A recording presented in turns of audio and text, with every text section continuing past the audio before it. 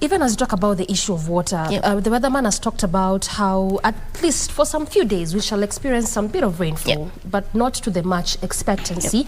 And you're already seeing that some areas here and there already, you know, floods coming in. And then one would wonder, we've not experienced rainfall in a long while. So now we are at least getting benefits of it shortly. What can we do in terms of sensitization for people to understand that they need to be harvesting this water, at least to mitigate the effects that may come later when we don't have rainfall at all? Yeah, so in Just Dig It, we really do a lot of communication. And communication is key in enabling people to, you know, get to know the information, or, you know, sensitizing them, creating awareness among the communities. So if we can create awareness, tell people that you can do this intervention to harvest water, you can do this, then people are willing to do it. For example, let me just take you back to the soil bans, which we are implementing. We have thousands and thousands of them. So if one ban can hold, you know, a certain amount of water, you have 2, you have 10, you have 100. You can imagine how much water will you harvest in that area, how much water will infiltrate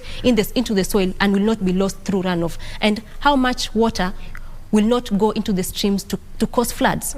So if people get to know these interventions, if people get to know that you can harvest, you know, water in this certain manner by not using a lot of money, or you do not need machineries, for example, because now that is an issue. If you think, if communities are thinking about machineries and, you know, they cannot afford it, but if you can give them knowledge or information that instead of thinking of machineries, you can use these simple technologies to harvest water, then communities will adopt it, and, you know, you can have water within, you know, within a short or a long rain season. Another thing, for example, is the check dams, and we are doing that in Magadi.